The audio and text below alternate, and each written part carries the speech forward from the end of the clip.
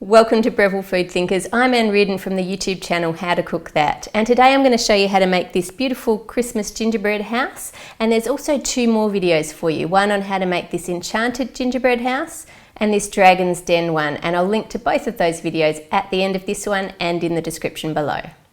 To make your gingerbread dough, preheat your oven to 170 degrees C or 340 F, and for your ingredients you'll need brown sugar, golden syrup, or you can use treacle there instead, butter, spices, and your flour. For all of the ingredient quantities in grams and ounces and cups, head on over to the Breville Food Thinkers website, and I'll put a link to that recipe in the description below this one. Now we want to add all the ingredients except for our flour into the bowl of our electric mixer. Now I always get asked, what mixer do you have? Now I've actually got a Breville Scraper Mixer Pro, and I'll show you one of the things that I like best about this mixer in just 1 minute. Add our syrup. So one of the things I like best about this mixer is this scraper paddle. What it does is while it's mixing, it scrapes along the side of the bowl, so you don't have to stop and scrape it down. Set your mixer onto folding and keep it going for 2 minutes, and there's a handy little timer on the front that you can use there. And then we want to add our flour into the mix and mix it on low speed until it makes a nice dough. Now you don't want to put it on high speed, because if you do that then it's going to add too much air to the dough and then it will rise in the oven. For this house I'm using a silicone mould, and I'll link to where you can get that from in the description below as well. Take your dough and form it into a ball and then cut it into quarters. Take 3 of those quarters and cut them in half so that you've got 6 even pieces. Then take the remaining quarter, roll that into a ball and cut that into 4, and then add 1 of each of those to 4 of your other existing pieces. Use the 2 smaller bits of dough for the side walls and then the other dough for the larger walls and the roof. Now you're going to need to press the dough down into the mould really firmly to make sure it gets right into those tiny window sections and all the cracks. Be quite rough with it, otherwise you'll get lots of air bubbles under the dough. Then to get the top flat, tap it with the flat part of your hand and make sure the edges are straight so that the house sits nicely together once it's baked. Then place them on trays and put them in the oven for 20 minutes.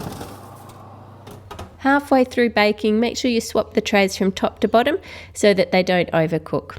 Once you take it out of the oven, let it cool for about 5 minutes and then flip it out onto a wire rack and let it cool completely before decorating them. It will seem quite soft when you first tip it out, but it will get firmer as it cools. Next, we want to melt some white compound chocolate. Select the melt chocolate function on the microwave, dial it up to the right weight and then press start.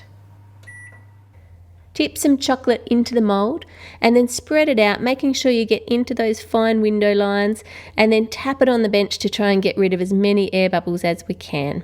Quickly add the gingerbread piece over the top and press it on gently. Wipe off any excess chocolate that's oozed out of the edges, because we still want it to have straight edges so we can join it together properly. Once that's set firmly, just peel off the mould and you're left with a beautiful looking wall. Repeat that with all the other walls as well, and then for the door, we're going to make that out of solid chocolate. So just fill it up to the top, tap it to get rid of any air bubbles and let it set. Okay, now to make our royal icing, which is a bit like the glue that holds the whole house together, just tip your packet mix and the amount of water it tells you, which is 50 ml, into the bowl and then add it to your mixer. And mix it on low to start with so it doesn't go everywhere, and then we'll turn it up to high after that. Place the icing into a piping bag that's fitted with a round shaped nozzle. Shake it down to the bottom of the bag and then twist the top to stop it all coming back out the top when you squeeze it. To assemble your house, lay your walls out flat like this on your board. Then pipe a line of icing along where the base of your walls are going to sit, remembering to leave a gap where your door is. Then pipe a line of icing on each of the side walls along the side of those, not too close to the edge because we don't want too much to spill out the front. Lift up 2 of your walls and join them together. Then add another wall And finally, the last one. Wriggle them around to make sure they're all straight and joining properly, and then leave them for a few minutes for those joints to firm up. To decorate the roof, we're going to cover it in a clamshell pattern. Start at one side at the top and then equally space semicircles going across that top edge.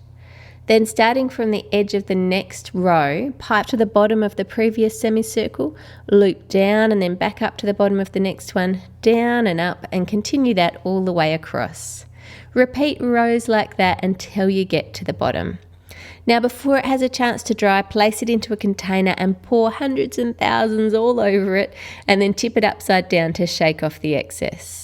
Take your mini M&Ms and use some royal icing to attach them into the spaces, and you can just use random colours if you like, or you can put them in patterns in rows. Now before we put our roof on, if you want to put something inside, you need to do that now. That will do. Now take some icing and we want to put it down the supports on one side and across the top here and up the other side. Then take one side of your roof and place it on top like that. And while that's setting, you may need to put something in place just to support it so that it doesn't slide off. Then take your icing and we need to pipe up like we did before, and this time across the top of the roof, up the side and across the other one. Then grab your other roof and pop that into place. And just hold it for a minute until it's ready to hold itself. Roll out some red fondant really thinly and cut a strip about 1 centimetre wide. Then add that to the front of your house to cover those joins where the two gingerbread house pieces are coming together. Then cut some more fondant and use that to add just under the roof join to make it look neat. Pipe dots of icing along the top, down the front edges and along the sides of your roof. Then use some royal icing to put your door into place. And now it's time to make our wreaths. Roll out some green fondant into a snake. Now you don't want this to be too thick, make it thinner than you want your wreath to be, and then join it to make it a circle the size you want it. Now we want to roll some really, really thin snakes of green. If you have a fondant extruder, that will make this job much quicker, but you can just do it by hand. Take the thin snakes of green and layer them over your circle to make it look like a bushy wreath. You can make 2 of these, one for the front and one for the back of the house. To make your bow, roll out some red fondant thinly, trim it to make a long skinny rectangle, and then fold the 2 ends into the middle, and then bend them so that they're coming down like a ribbon would from a bow. Cut out a triangle from each end, and then roll a ball of red and add it to the middle. Use a little bit of water to dampen the back, lift it up and add it to your wreath. Then add some little silver decoration balls onto it. Now for the windows, we want to make it look like candy canes. So roll out a snake of white and then using a pizza cutter, cut 1 thick and 2 skinny strips of red and add them to your white. Then roll it out until it's the desired thickness that you want to go around your windows and twist it as you roll just to get that candy cane look. Then use a little bit of water to dampen the fondant on one side of it and add it around the top of your window and trim it to size. And repeat that on all of your windows. To make the wooden window sills, take some brown fondant and roll it out thickly, and then cut that into a strip. Use the tip of your knife to make a wooden pattern indent in the top of the fondant, and then take slices the width of your windows and put them into place. For those little bushes out the front, we're going to use mint leaves. Just cut off the base of them so that they'll stand up and make them different sizes so it looks more realistic. Now for our Christmas tree. Roll out a long snake of green fondant and then roll it flat into a strip. Use a pizza cutter to straighten it out and then wrap it around the base of the ice cream cone. And as you come to the first join, use your scissors to make little cuts in, and some can be deeper than others. You can just give it a bit of variation there, and you can space them unevenly as well. Continue to cut it and wrap it, overlapping each layer so that you can't see the cone. When you get near the top, add some green over the point to cover it, and then wrap the strip around to the top. Squeeze it at the top to make a point and to make it stick together. Then add some of your soft sugar pearls around just to decorate it. Just gently press them into the fondant. Cover your cake board in royal icing and then add your mint leaf bushes into place around the base of your house.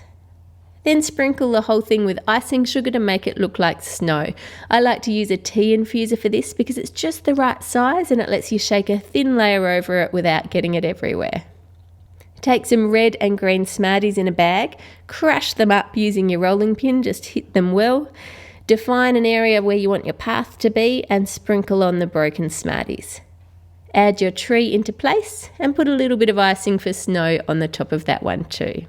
Subscribe to Breville Food Thinkers for more recipes. Click here to watch the other 2 gingerbread house videos and here to go to the Breville Food Thinkers website. Have a great week.